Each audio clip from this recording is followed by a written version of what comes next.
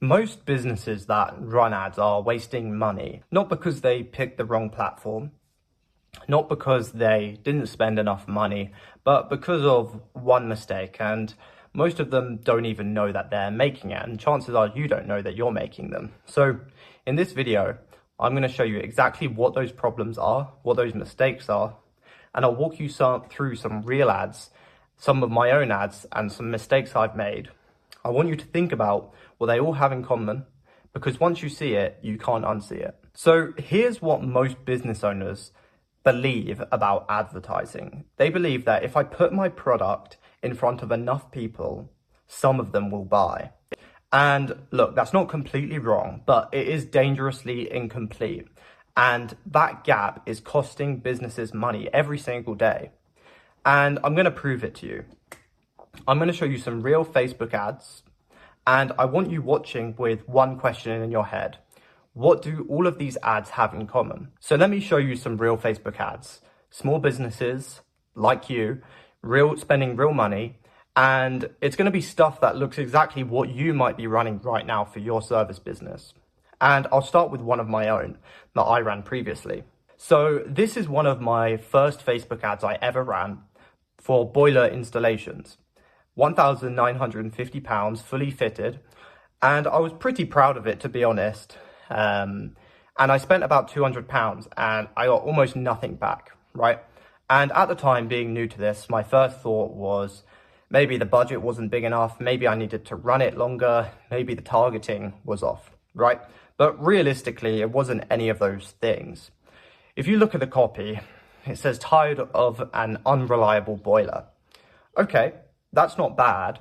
You know, you're at least nodding to the problem, but then immediately you're hit with the price, the package, the credentials. We do this, we offer that, right? Straight into selling mode. Before I had given the person any time or any reason to trust you. And that's a big mistake.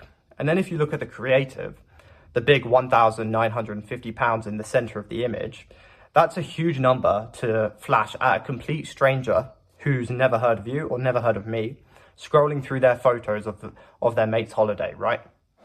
Whilst on Facebook. The whole ad is about what I'm selling, nothing about the person seeing it, what they're worried about, what they've been putting off, what's in the back of their mind, what would make them stop and think, yeah, that's relevant to me. Because remember, Facebook is interruption based, it's not intent based per se. Now take a look at this ad, right? It's a van sitting in a car park, and that's it. That's what they chose to put in front of people scrolling on Facebook. No hook, nothing that's earning their attention, right? Then the copy. Are you a homeowner thinking of having a new drive, or a school with a playground that needs resurfacing, or maybe a business with a car park in need of repair? You know, I'm sure you can spot the issue right away. They're trying to speak to everyone, homeowners, schools, businesses, and because of that, they're speaking to nobody. And when your ad is for everyone, it's relevant to no one. And then you can trust us to deliver your project on time, on budget, and to a high standard. Right, look, anyone can say that, right? They're just asserting a claim. There's no review, no proof, no story, just a company telling you to trust them, which is the least convincing way to build trust that has ever existed. So I've shown you two ads, two different businesses, and the same mistake has been made in both of those ads. They're trying to tell you about the product, but neither of them is trying to talk to you as an individual, talk to the customer as a person. The people seeing these ads on Facebook, they're not thinking about credentials or packages or prices. They're thinking, can I trust this person? Is this product worth it? Should I stop and look at this, what they're trying to sell me? Am I going to get ripped off, right? And none of these ads answer that question. They just describe the service and hope for the best. And every failing ad that I've ever looked at is almost always answering the wrong question. They're answering, what do we want to say about ourselves, our company? Instead of thinking, what does our customer need to hear? And this isn't just a small business problem, it's the same mistake being made at all different kinds of levels. And the same thinking results in the same result. Now, let me take you through a few ads that actually did it correctly and have done it right and have succeeded. So if you look at this creative, before/after damage photos of a roof, urgency LED headline, free inspection offer. This stops the scroll because it's immediately relevant if you've got a roof issue. And I'm sure even just looking at this for 5 seconds, you can already tell that it's done well. And the copy is where it actually, saves the day and performs really well. Because the opening says far too many homeowners are being quoted well above what they should be paying. It's frustrating. Inflated prices, confusing explanations, and pressure to make a decision on the spot. Now, do you notice what they've done there? That's not about the company. That's about you if you were the customer.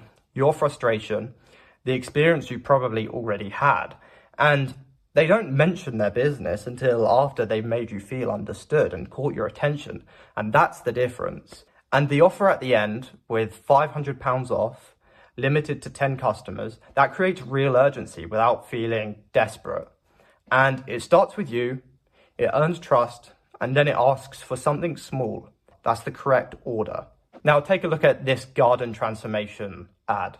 It's simple, but it's really effective. Garden transformation by spring. That's a deadline, a result, and a feeling all in one. You're not selling landscaping. You're selling the idea of sitting in a finished garden before the weather turns, something people already want. The ad just names it and brings that feeling to the surface. And notice what's not in it. There's no list of services. There's no "we've been trading since 2005. No credentials buried at the bottom. Just clean, specific, and outcome first. And there's something on that slide that's also worth pausing on and noting. Problem, promise, proof, and proposition.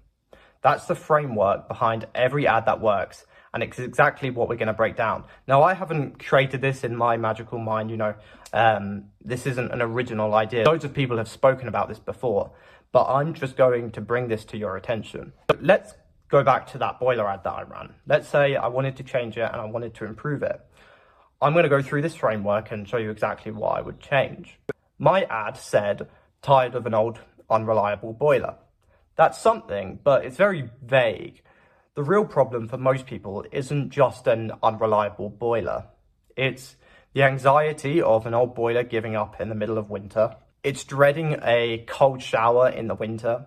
It's knowing it needs replacing, but putting it off because it feels like a massive hassle. It's going to be a big thing, right? And I should have named that specific feeling.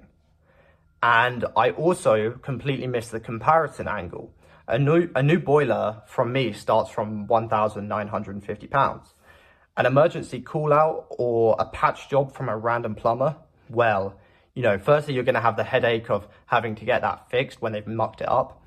And you could easily spend that plus more 6 months later to fix it. So by stating that problem clearly, and if you can, showing them why the alternative, which is getting a rush job last minute, showing them why that's worse is a lot more valuable and a lot more effective. My promise was basically, we'll fit a boiler. And really, that's not a promise, that's a description of what we're going to do. The real promise should be a warm house, sorted in one visit, with no drama. That's what someone wants to hear. Nobody wants a boiler, they want a warm house, and you need to be selling the outcome. Now, going to the proof element of things, I had no reviews, I had no number of installs on there, I had no trust signal of any kind. For a nearly £2,000 job from a stranger on Facebook, that's a massive ask. Even just over 50 installations in Southampton or a real single customer review changes the dynamic completely. And the proposition that I was selling, my call to action was basically fill out a form. No urgency, no offer, no reason to do it now rather than later. And later almost always means never. Something like, for example, limited slots available this month, or get your quote before winter, gives people a reason to act now rather than just scrolling on. And the proposition, it doesn't have to be a huge discount, doesn't have to be £500 off. It just needs to make someone think that, okay, well, I'll do this now. I'll give them my details now so that I don't miss out on the thing that's valuable to me. Even if that's, for example, for a window cleaner, maybe you say, well, we'll wash your windows, but if you book now, we'll clean your sills and frames as well, or we'll clean out your gutter. Lastly, the most important piece of the puzzle, the visual, it underpins all of it. Facebook is a scroll, it's visual, and you've got about a second to capture someone's interest before they just scroll past you.